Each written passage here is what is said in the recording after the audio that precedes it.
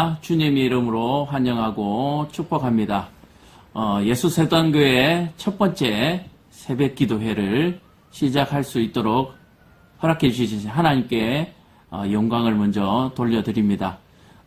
예수세단교회 새벽 기도회는 잠언의 말씀으로 첫 시작을 열고자 합니다. 그래서 오늘 본문의 말씀 잠언 1장 1절에서 3절의 말씀을 먼저 제가 봉독해 올리겠습니다. 다윗의 아들 이스라엘의 왕 솔로몬의 잠언이라. 이는 지혜와 훈계를 알게 하며 명철의 말씀을 깨닫게 하며 지혜롭게 공의롭게 정의롭게 정직하게 행할 일에 대하여 훈계를 받게 하며, 이렇게 오늘 본문을 시작하고 있습니다. 먼저 1절을 살펴보면 잠언의 뜻은 경계의 말, 훈계의 말이라는 뜻을 가지고 있습니다. 성경은 잠언의 저자를 솔로몬이라고 밝히고 있는데요. 그러나 원어 성경에서 문장의 악센트를 살펴보면 솔로몬보다는 다윗과 이스라엘의 있음을 우리가 알 수가 있습니다. 그러므로 더 주목할 부분은 솔로몬 그가 다윗의 아들이라는 것이죠. 이것은 이 잠언이 단순히 지혜로운 솔로몬의 개인의 지식이 아니라 하나님의 언약의 시인 다윗, 이스라엘의 왕인 다윗을 이야기하고 있음을 우리는 알 수가 있습니다. 그리고 그 대를 잇는 솔로몬을 말하고 있는 것이죠. 그러므로 하나님의 언약이 솔로몬을 통하여 계속 유지되고 있음을 강조하고 있는 1절 본문의 말씀입니다. 이 훈계를 따르는 것이 언약을 유지할 수 있는 유일한 길임을 밝히고 있는 것이죠. 그래서 시편 132편 11절에서 12절의 말씀을 우리가 한번 살펴보면, 여호와께서 다윗에게 성실히 맹세하셨으니 변하지 아니할지라. 이르시기를 내 몸의 소생을 내 왕위에 둘지라. 내 자손이 내 언약과 그들에게 교훈하는 내 증거를 지킬진대 그들의 후손도 영원히 내 왕위에 앉으리라 하셨도다. 아멘.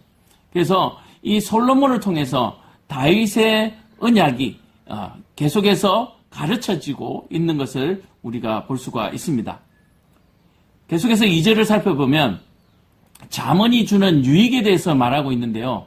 지혜와 훈계, 이것은 반대의 의미로 사용되고 있습니다. 지혜는 행할 바를 말하고 있고요. 훈계는 행하지 말아야 할 바를 의미합니다.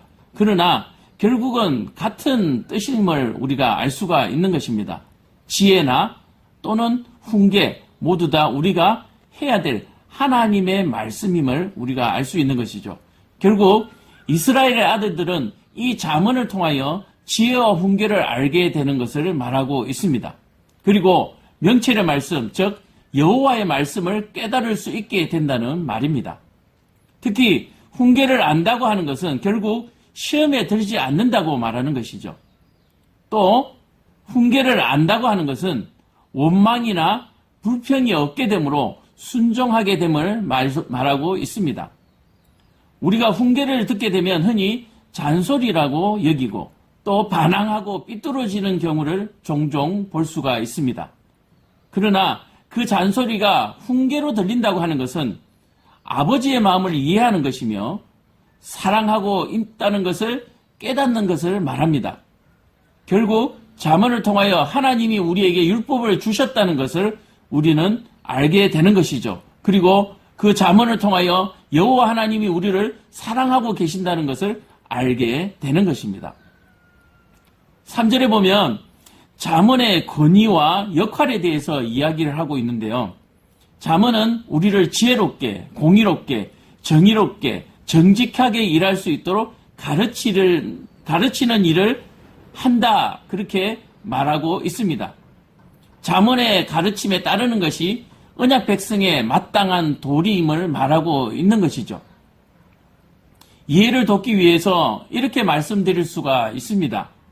잠언을 통해서 지혜롭게 행하는 일에 대해서 훈계를 받게 된다, 이 말은 훈계가 우리에게 흔히 말하는 잔소리가 아니라는 것을 말하고 있는 것이죠. 또한 잘못에 대하여 나무라는 꾸중이 아니다라고 하는 것입니다. 진실로 우리가 지혜롭게 행할 수 있는 또 지혜롭게 행할 수 있도록 길잡이를 해주는 것이 훈계입니다. 그러므로 지혜의 훈계는 들어도 그만, 안 들어도 그만, 그렇게 우리에게 쓸모없는 그런 이야기, 잔소리가 아니라고 하는 것입니다. 사람들은 잔소리를 듣거나 꾸지람을 듣게 되면 간섭한다. 또 이 간섭을 받기 싫어하게 됩니다. 보통 이러한 경우는 서로의 관계가 나빠졌을 때, 서로의 관계가 좋지 않을 때 일어나는 현상이죠. 그러므로 하나님의 말씀을 듣지 않는다라고 하는 것은 첫째, 하나님의 관계가 나빠졌다. 하나님과 우리의 관계가 나빠졌다고 하는 사실을 우리가 이 증거로 알 수가 있는 것이죠. 두 번째로 우리가 교만해졌다라고 하는 것을 알 수가 있습니다. 세 번째로 우리가 죄에 물들어 있다, 죄에 빠져 있다, 바로 그러한 증거가 되는 것입니다. 성경의 하나님의 말씀은 우리에게 생명과도 같습니다. 즉 우리가 사느냐 죽느냐 기루에서 구해줄 수 있는 말씀이 바로 하나님의 말씀이 되는 것이죠. 그러나 앞의 이러한 모든 것이 우리 안에 들어온 죄 때문에 하나님을 거부하고 하나님의 말씀이 필요 없다고 여겨지게 되는 것입니다.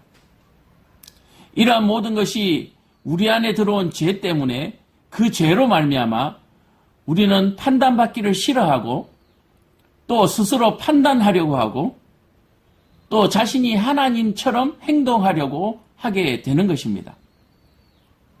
그러므로 잠언을 시작하면서 이스라엘의 왕 다윗을 언급하는 것은 약속을 따른 믿음의 백성에게 왕의 권위를 내세워 순종하고 복종하도록 명령하고 있는 것입니다. 즉 여호와의 백성이라면 이 말씀을 들을지어다 라고 말하고 있는 것이죠. 이 말을 듣는 이는 정직하고 공평하며 의롭게 행할 수 있는 지혜를 얻게 될 것이라고 약속하고 있습니다. 또한 지혜를 얻기 바라고 여호와께로부터 오는 복을 받기를 원하는 것이죠. 그렇습니다. 하나님의 말씀을 따른다라고 하는 것은 바로 하나님께로부터 오는 복을 받기를 원하고 그 지혜를 사모하는 것이 되는 것이죠. 여호와의 사랑을 받기를 원하는 것입니다.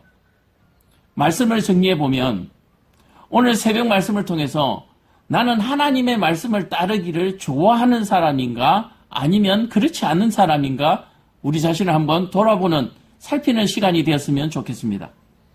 이 말씀은 우리를 주님이 오실 때까지 우리를 지켜줄 갑주요 창과 방패인 것입니다. 하나님의 말씀이 우리의 갑주이고 창이요 방패라고 하는 것입니다. 그러므로 이 사실을 아는 우리는 이 말씀을 사모해야 합니다. 지혜를 얻으려고 힘쓰고 애써야 합니다. 세상의 물질과 명예를 얻으려고 하는 노력보다도 더 힘쓰고 애써야 하는 것이죠. 오늘 3절에서 말씀하는 바와 같이 이 말씀은 우리에게 금은보화를 주는 것이 아닙니다. 우리를 정직하고 공평하고 의롭게 행할 수 있도록 지혜의 훈계를 받도록 하는 것이 하나님의 말씀입니다. 바로 이것이 하나님이 우리에게 말씀을 통해서 주시는 복이 되는 것이죠. 즉 하나님의 훈계를 받는 것을 사모하도록 그리고 하나님의 훈계를 받도록 그렇게 우리를 이끌어 주는 것입니다. 그렇다면 우리는 이제 선택해야 합니다. 세상의 물질과 명예를 바랄 것인가 아니면 하나님의 자녀 신분의 획득을 우리가 바랄 것인가 우리는 결정해야 하는 것이죠. 선택하지 못한 분이 있다면 이런 말씀을 해드리고 싶습니다. 하나님은 만물의 주인이십니다. 그가 허락하지 않으면 그 어떤 것도 가질 수 없습니다. 또 그 어떤 일도 일어나지 않습니다. 이 사실을 우리는 오늘 분명히 기억해야 하는 것이죠. 기도하겠습니다.